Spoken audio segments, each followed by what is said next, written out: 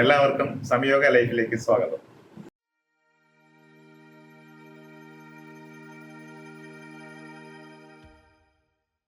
ഈ പ്രാവശ്യം ഏറ്റവും സുഖവുമായിട്ട് ഏറ്റവും എളുപ്പത്തിൽ എങ്ങനെ മെഡിറ്റേഷനിലേക്ക് പോകാം എന്നുള്ള കാര്യം പറയാൻ വേണ്ടിയിട്ട് ആണ് ഞാൻ ആലോചിച്ചത്.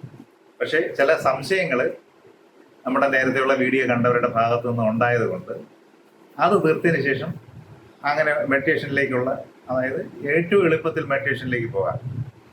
കാരണം ഒരുപാട് സമയം ചെലവഴിച്ചാൽ പോലും മെഡിറ്റേഷനിലേക്ക് ആളുകൾ പോകുന്നില്ല. മെഡിറ്റേഷൻ എന്ന് പറയുന്നത് കംപ്ലീറ്റ് ബ്ലാങ്ക് ആയിട്ടുള്ളൊരു അവസ്ഥയാണ്, അല്ലാതെ വിഷ്വലൈസ് ചെയ്ത് ഇങ്ങനെ ആലോചിച്ചുകൊണ്ടിരിക്കുന്ന ഒരു അവസ്ഥയല്ല. അത് കഴിഞ്ഞ് ഒരു ലയത്തിലേക്ക് പോകുന്ന അവസ്ഥയാണ്. അതിലേക്ക് എങ്ങനെ എളുപ്പത്തിൽ എത്താം എന്നുള്ള ഒരു വീഡിയോ ചെയ്യാനാണ് ഉദ്ദേശിച്ചത്. പക്ഷേ ഈ നമ്മുടെ ശരീരത്തിൽ ചെയ്യുന്ന പ്രവൃത്തിയിൽ എങ്ങനെ മനസ്സർപ്പിക്കാം എന്നുള്ള ഒരു സംശയം, അങ്ങനെ പറ്റുന്നില്ല എന്നുള്ള സംശയം വന്നതുകൊണ്ടാണ് ഇങ്ങനെ ഒരു വീഡിയോ ഇപ്പോൾ നമുക്ക് ചെയ്യേണ്ടി വന്നിരിക്കുന്നത്.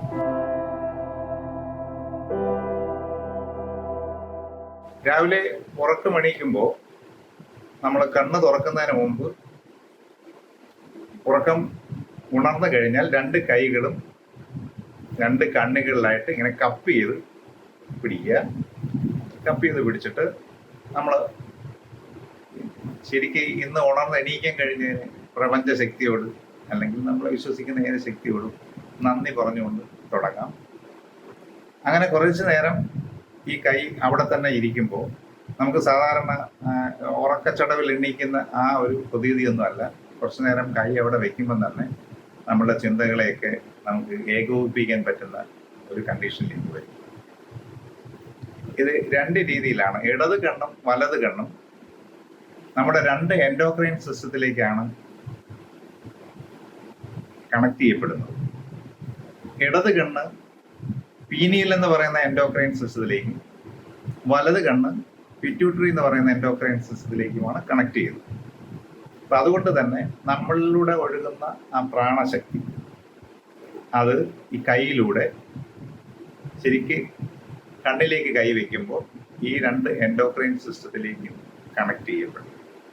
അപ്പം നമുക്ക് ഒരു ബ്രെയിനിൻ്റെ ഒരു ഉണർച്ച ഉണ്ടാവും. നമ്മൾ എണീറ്റ് മുഖമൊക്കെ കഴുകി വന്ന ഒരു പ്രതീതി നമുക്ക് ഇങ്ങനെ കുറച്ചു നേരം കൈ വയ്ക്കുന്നതുകൊണ്ട് തന്നെ നമുക്ക് കിട്ടും.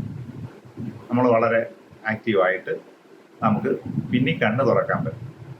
അങ്ങനെ കണ്ണ് തുറന്നു കഴിഞ്ഞാലും സാധാരണ രീതിയിൽ എന്തുകൊണ്ടാണ് നമുക്ക് ചിന്തകളെ ഇങ്ങനെ ഏകോപിപ്പിക്കാൻ പറ്റാത്തതെന്ന് പറഞ്ഞാൽ നമുക്ക് ചില കാര്യങ്ങൾ നമുക്കറിയാം. ഒന്ന്, നമുക്കിപ്പോൾ സൺലൈറ്റ് ഒരു ലെൻസിലൂടെ ഫോക്കസ് ചെയ്യണമെങ്കിൽ പോലും സഫിഷ്യൻറ്റ് സൺലൈറ്റ് ഉള്ള സ്ഥലത്ത് ലെൻസ് വെച്ചാൽ മാത്രമേ ഫോക്കസ് ചെയ്യാൻ പറ്റൂ. അതുപോലെ തന്നെയാണ് നമ്മുടെ ചിന്തകളും. നമ്മളുടെ ചിന്തകൾ എന്ന് പറഞ്ഞാൽ എനർജിയാണ്. അതിനെ ഏകോപിപ്പിച്ച് ഒരു നിർദ്ദിഷ്ട പ്രവൃത്തിയിലേക്ക് അല്ലെങ്കിൽ നിർദ്ദിഷ്ട പോയിന്റിലേക്ക് കൊണ്ടുവരണം എന്ന് പറഞ്ഞു കഴിഞ്ഞാൽ നമുക്കും സഫിഷ്യൻ്റ് എനർജി ആവശ്യമാണ്. അങ്ങനെ സഫിഷ്യൻ്റ് എനർജി നമുക്ക് ഇല്ലാത്തത് കൊണ്ട് നമുക്ക് ഫോക്കസിങ് എന്ന് പറയുന്ന ഒരു അവസ്ഥയിലേക്ക് പോകാനായിട്ട് ബുദ്ധിമുട്ട് വരും. അതിന് എനർജി സമ്പാദിക്കുന്നതിൻ്റെ ആദ്യത്തെ വഴിയാണ് നമ്മൾ ഈ കണ്ണുകളിൽ കൈവച്ച് നമ്മൾ പ്രാർത്ഥിക്കുന്നത്. ആ പ്രാർത്ഥിക്കുന്ന സമയത്ത് നമുക്ക് ഇപ്പോൾ ഉണർന്ന് എണീറ്റേന് പ്രപഞ്ച ജീവിശക്തിയോട് നന്ദി പറയുന്നത് പോലെ തന്നെ ഇനി അങ്ങോട്ടുള്ള പ്രവൃത്തികളിൽ നമുക്ക് ആവശ്യമായ ശക്തി തരണം എന്ന് നമുക്ക് തീർച്ചയായിട്ടും ഒരു പ്രാർത്ഥന നടത്താം. അതിനുശേഷം നമ്മൾ സാധാരണ എണീറ്റ് കഴിഞ്ഞാൽ നമ്മൾ കാല് താഴെ തൊടുന്നതിന് മുമ്പ് നമ്മുടെ ആ സസ്റ്റെയിൻഡ് ആയിരിക്കുന്ന ആ എനർജിയെ നമ്മൾ എർത്ത് ചെയ്യാൻ വേണ്ടി ഭൂമിയിൽ കൈ കൊണ്ട് ടച്ച് ചെയ്യാറുണ്ട് കാല് തൊടുന്നതിന് മുമ്പായിട്ട്. അങ്ങനെ തൊട്ട് വന്നിരിക്കുകയോ അതെന്താണോ നിങ്ങൾ ശീലിച്ചിരിക്കുന്നത് പറഞ്ഞു കഴിഞ്ഞാൽ അല്ലെങ്കിൽ ആഗ്രഹിക്കുന്നത് പോലെ ചെയ്യാം. അത് കഴിഞ്ഞ് കാല് തറയിൽ തൊട്ടിട്ട് അല്പനേരം ബെഡിൽ തന്നെ കണ്ണടച്ച് ഇരുന്നു കൊണ്ട് ചില പ്രതിജ്ഞകൾ ചെയ്യുന്നത് നല്ലതാണ്. അത് ഇനി ജീവിതകാലം മുഴുവനും എന്ന് പറയുന്നതിനേക്കാളൊക്കെ നല്ലത് ഇന്നത്തേക്ക് മാത്രം ഞാൻ എല്ലാത്തിനോടും നന്ദിയുള്ളവനായിരിക്കും അല്ലെങ്കിൽ നന്ദിയുള്ളവളായിരിക്കും എന്ന് ഒരു പ്രതിജ്ഞ. അങ്ങനെ ഒരു 5 പ്രതിജ്ഞയാണ് ചെയ്യേണ്ടത്. അത് ആദ്യത്തെ പ്രതിജ്ഞയാണ് ഞാൻ ഈ പറഞ്ഞത്. അങ്ങനെ ആയിക്കഴിഞ്ഞാൽ നിങ്ങളിലുള്ള എനർജി ബ്ലോക്കുകളെല്ലാം മാറിപ്പോകും. എല്ലാത്തിനോടും നന്ദിയുള്ള ഒരാൾ എന്ന് പറഞ്ഞു കഴിഞ്ഞാൽ ആരെങ്കിലും ഉപകാരം ചെയ്താൽ നമുക്ക് നന്ദി കാണും. അതേസമയം നമുക്ക് ആരെങ്കിലും എന്തെങ്കിലും മോശപ്പെട്ട കാര്യങ്ങൾ ജീവിതത്തിൽ വന്നു കഴിഞ്ഞാൽ നമുക്ക് നന്ദിയല്ല പകരം ദേഷ്യവും പകയും ഒക്കെ ഉണ്ടാകും. അങ്ങനെ ഉണ്ടായിക്കഴിഞ്ഞാൽ നമ്മുടെ ശരീരത്തിൽ സംഭവിക്കുന്ന ഒട്ടനവധി മാറ്റങ്ങളുണ്ട്. നമ്മുടെ എനർജിയെ ശരിയായിട്ട് ഫ്ലോ ചെയ്യാൻ നമ്മളെ ബുദ്ധിമുട്ടിക്കുന്ന അല്ലെങ്കിൽ തടസ്സപ്പെടുത്തുന്ന ഒരുപാട് കാര്യങ്ങൾ ശരീരത്തിൽ കെമിക്കൽ ചേഞ്ച് വഴി സംഭവിക്കും. ഹോർമോൺസിന്റെ പ്രവർത്തനങ്ങൾ ആ രീതിയിലേക്ക് മാറും.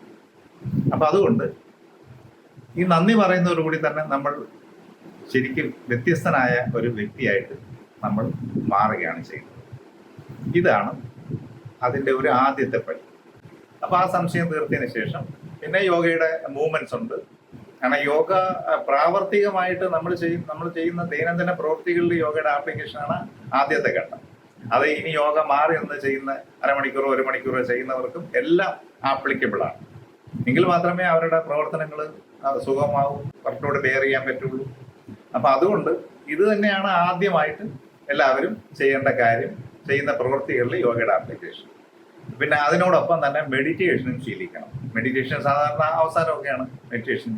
ഇതങ്ങനെയല്ല, തുടക്കത്തിൽ തന്നെ നമുക്ക് ഏറ്റവും ഋജുവായിട്ട് നേരെ തന്നെ മെഡിറ്റേഷനിലേക്ക് എങ്ങനെ പോകാം എന്നുള്ളതാണ് നമുക്ക് അതിൻ്റെ കൂടെ ചെയ്യാനുള്ളത്. പിന്നെ യോഗയുടെ മൂവ്മെന്റ്സ്, അത് നമുക്ക് നമ്മുടെ സ്ട്രെങ്തും ഫ്ലെക്സിബിലിറ്റിയും സ്റ്റാമിനയൊക്കെ വർദ്ധിപ്പിക്കാൻ വേണ്ടിയിട്ടുള്ള മൂവ്മെന്റ്സുകൾ.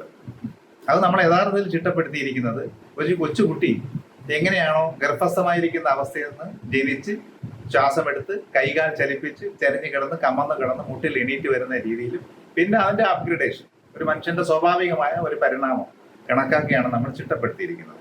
അതും ഇനി വരുന്ന സമയങ്ങളിൽ ഈ ഘട്ടങ്ങൾ കഴിഞ്ഞു കഴിഞ്ഞാൽ അതും ഇങ്ങനെ ക്രമാനുഗതമായിട്ട് നമുക്ക് ചെയ്യാൻ പറ്റും. ചാനലിലൂടെ അതിൻ്റെ വിശദീകരണങ്ങൾ തീർച്ചയായിട്ടും നിങ്ങൾക്ക് തരും. ഇപ്പോൾ ഇതെല്ലാം കേട്ടിരുന്ന നിങ്ങൾക്ക് എന്തായാലും വളരെ സംശയങ്ങൾ ഇനിയും ഉണ്ടാവാൻ സാധ്യതയുണ്ട്. എല്ലാവരും അത് ചോദിക്കണം. അപ്പോൾ അതിൻ്റെ മറുപടികളുമായിട്ട് ആ സംശയങ്ങൾ, ഒരാളുടെ പോലും സംശയം ഉണ്ടായിക്കഴിഞ്ഞാൽ അത് മാറ്റിയെടുക്കാൻ ഞങ്ങൾ ബാധ്യസ്ഥരാണ്. അതുകൊണ്ട് എല്ലാവർക്കും നന്ദി, നമസ്കാരം.